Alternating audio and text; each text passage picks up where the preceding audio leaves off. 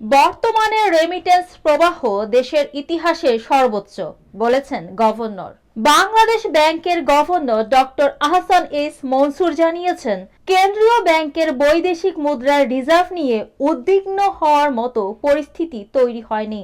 বর্তমানে দেশে 4 মাসের আমদানি ব্যয় মেটানোর মতো রিজার্ভ রয়েছে, তবে ভবিষ্যতের জন্য সতর্ক থাকার আহ্বান জানিয়েছেন তিনি।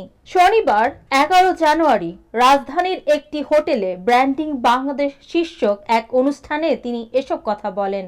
গভর্নর বলেন, টাকা পাচার রোধ ও ব্যাংকিং খাতে সুশাসন প্রতিষ্ঠার ফলে অর্থনীতিতে স্থিতিশীলতা ফিরে এসেছে।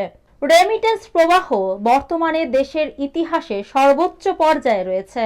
2024 সালে 2688.91 কোটি মার্কিন ডলার রেমিটেন্স এসেছে, যা আগের বছরের তুলনায় 22.68% বেশি। ডিসেম্বর 2024-এ একক মাসের রেকর্ড 263.87 কোটি মার্কিন ডলার রেমিটেন্স আসে, যা দেশের ইতিহাসে সর্বোচ্চ। প্রবাসীদের ব্যাংকিং চ্যানেলে রেমিটেন্স পাঠাতে উৎসাহিত করার জন্য সরকার 2.5% নগদ প্রণোদনা দিচ্ছে। এই প্রণোদনায় বছরে সরকারের খরচ হচ্ছে 7,000 কোটি টাকা। গভর্নর উল্লেখ করেন, রেমিটেন্স প্রবাহে বর্তমানে দুবাই শীর্ষে উঠে এসেছে, সৌদি আরবকে ছাড়িয়ে।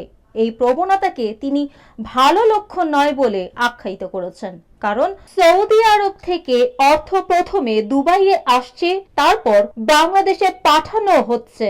দুবাইয়ের কিছু প্রতিষ্ঠান এই সুযোগে মুদ্রা বিনিময় হার নিয়ে কারসাজি করার চেষ্টা করছে, যা অর্থনীতির জন্য ঝুঁকিপূর্ণ হতে পারে।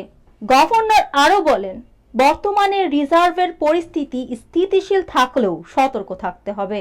প্রবাসীদের সরাসরি ব্যাংকিং চ্যানেলে অর্থ পাঠানোর উপর গুরুত্ব দিতে হবে এবং মুদ্রা বিনিময়ে কারসাজি বন্ধে কার্যকর ব্যবস্থা নিতে হবে। মৌমিতা তন্নি, GVC টিভি, ঢাকা।